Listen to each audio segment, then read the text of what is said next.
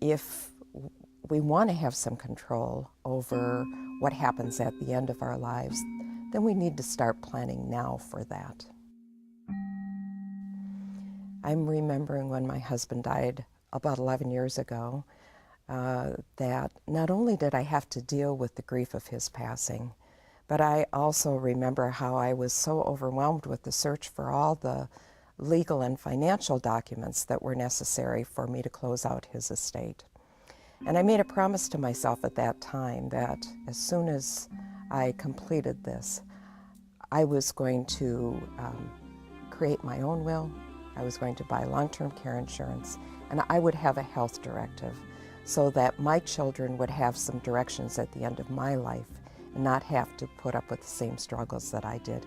And I did that. Within 3 months after closing out my husband's estate, I had completed those 3 things to put my life in order. And I told my children about this. I told them how to access that information. And of course, I review that on an ongoing basis, at least once a year, to make sure that it's up to date. Not many of us are able to plan right up to the very end. And it's a stressful time, it's a sad time, it's a hard time for family members.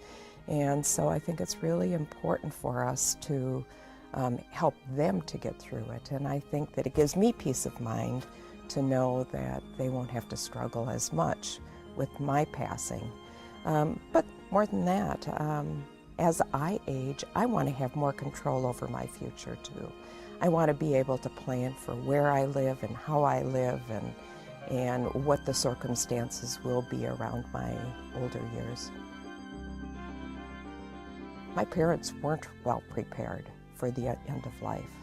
Again, this reminds me, it's so instructive to me about wanting to be prepared and to have those plans in order so that people knew what I wanted. We tried to keep my parents in their homes as long as possible. That's what they preferred. There are 6 of us siblings, and so there are a lot of us, and we've all returned to our home community as we've retired from our jobs. And so there are a lot of us to help take care of my parents. They're not in the best of health right now, and my mother is in assisted living, and my father has been moved to a nursing home.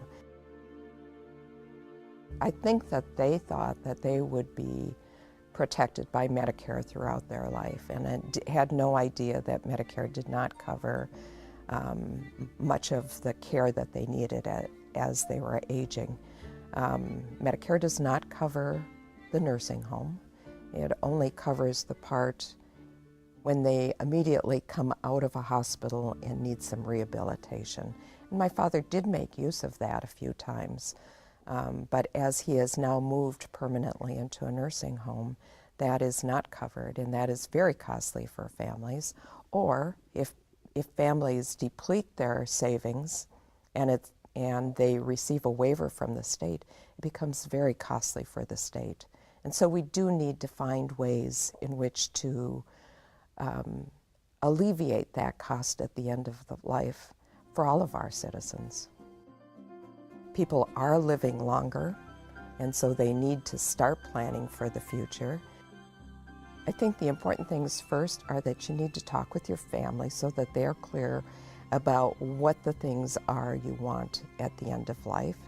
You need to decide with your family and for yourself about where you want to live. Do you want to stay in your home? Do you want, what type of a living arrangement do you want?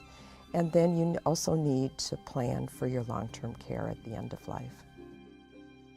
We do have a website that is possible for people to go to. It's the Own Your Future website that has a lot of information on it.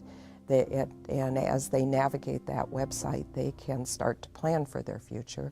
They can look at what are the different things that they need to look out for and plan for as they age.